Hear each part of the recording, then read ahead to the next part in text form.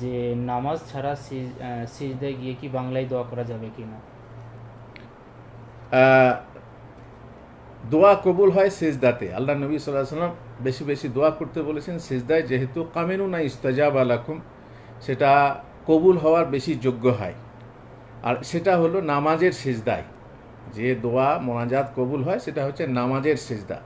নামাজ ছাড়া অন্য সিজদা আছে, সিজদায় শুকুর আছে, সিজদায় তেলাওয়াত আছে, সিজদায় সাহু আছে, কিন্তু মোনাজাতের জন্য দোয়া করার জন্য খাস সিজদা শরীয়তে আসেনি।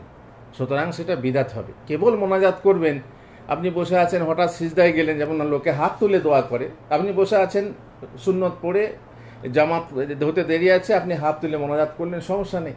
কিন্তু হঠাৎ করে সিজদায় গিয়ে আপনি মোনাজাত করবেন যে এই জন্য যে সিজদায় দোয়া কবুল হয়, না, এটা বিদাত হবে। কেন? শরীয়তে আসেন। হঠাৎ করে এইভাবে সিজদা দিয়ে, একটা সিজদা দিয়ে আপনি মোনাজাত করবেন, বাংলাতে করুন বা আরবিতে করুন, নামাজের বাইরে যেহেতু, তো সেটা কিন্তু শরীয়তে আসেনি। অতএব পৃথকভাবে সিজদা করে মোনাজাত করা, বাংলায় হোক বা আরবিতে হোক, আপনার এটা বিধেয় নয়, বরং বিদাত হবে।